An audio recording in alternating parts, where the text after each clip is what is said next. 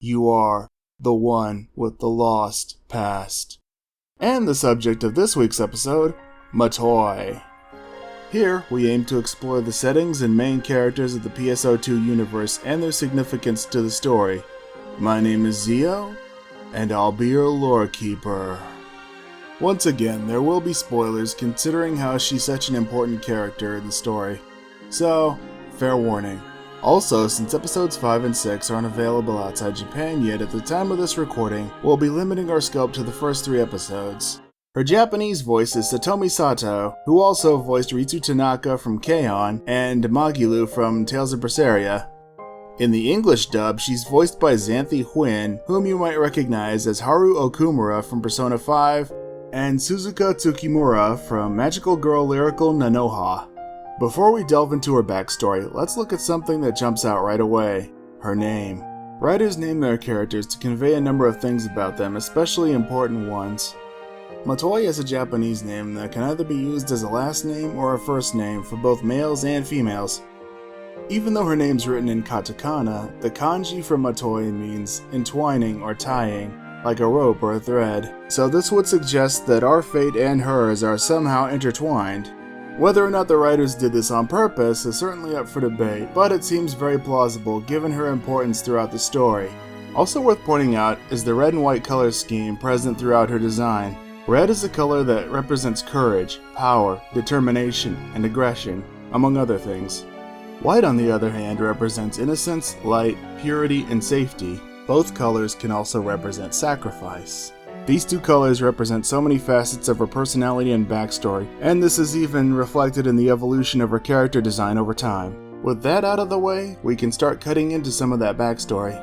During our qualification exam on the planet Navarius, we find a mysterious young woman, clad in white, unconscious on the ground. Since a forest on a remote planet isn't exactly the safest place, we decide that it's best to take her with us back to the ship where she can receive medical attention. We get the call from the medical staff. She's awake, but not very talkative. So we meet up with her and discover that she knows our name, even though we didn't tell her, and she tells us that her name is Matoi. The medical staff are totally puzzled. There's no record of this girl anywhere, but physiologically, she's identical to everyone else on the ship. Any memory of her past is completely gone.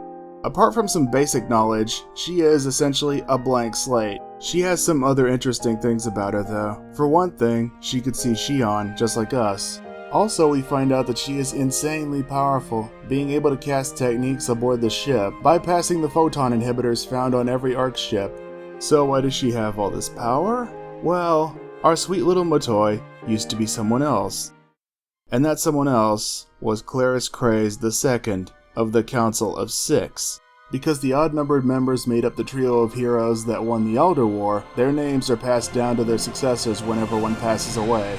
During her time as Claris Craze, Matoi spent most of her time alone because her immense power and ferocity scared the other ARKS operatives and she didn't know how to deal with it. When it came to dealing with Falspawn, Matoi meant business. She was strong enough to obliterate hordes of Falspawn single-handedly and go toe-to-toe with the Darkfalls. Even normal weapons couldn't stand up to this immense power of hers. But that incident with Apprentice 10 years ago took a heavy toll on her. The photon purification after that incident came at the cost of her memory, and she was sent 10 years into the future, to the point where we first met her.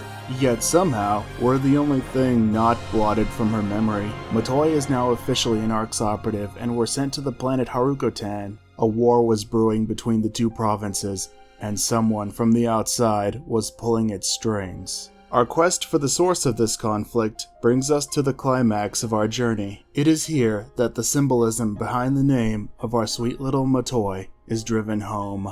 Destinies intertwined, inextricably bound. But now it's time to rest and cleanse ourselves of the corrupted photons we've taken in along the way, and begin a new journey as Guardians. Okay. Writing and recording that was a tough one. And replaying the cutscenes to capture the B-roll was also emotional, and not just for the in-game content. So, what do you say, we turn our attention to less serious topics? As always, thanks for watching.